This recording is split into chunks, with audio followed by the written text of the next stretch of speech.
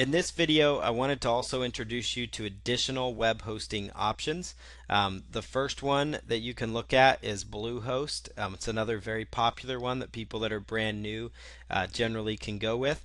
One positive thing of Bluehost is that in Bluehost and HostGator combined, along with other web hosts, is you want to look for 24/7 customer support. So you want to make sure they have a support system that you can reach out to 24/7.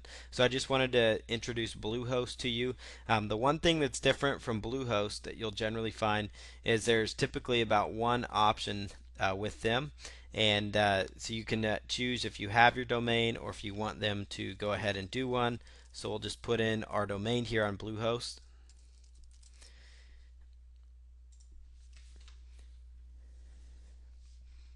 So you can choose, if you have a domain or if you need one, and then put in your basic information. There's two options really that they have. They have the main option, which is generally their 12-month price is actually only $4.95 a month, and then they also have a pro package which runs for $19.95 a month, and you can actually learn more about it. It's generally going to give you a little faster processing, more memory, those kinds of things, so that you can actually have more files and more things like that, on your account. So that's definitely something to consider when you're starting out, because it's a lot harder to switch once you get going. If my opinion on it, if you're going to pay $19.95 a month with Bluehost, you may as well pay the $12.95 a month with HostGator, because it's very comparable to their business plan.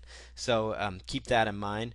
But wanted to point out Bluehost is another option. And then of course, one of the best ways to find web hosting is Google. Just do web hosting reviews, and you're going to find quite a few websites. A lot of them have affiliate relationships out there, but there are a few other good ones. One is ixwebhosting.com. It's another popular one.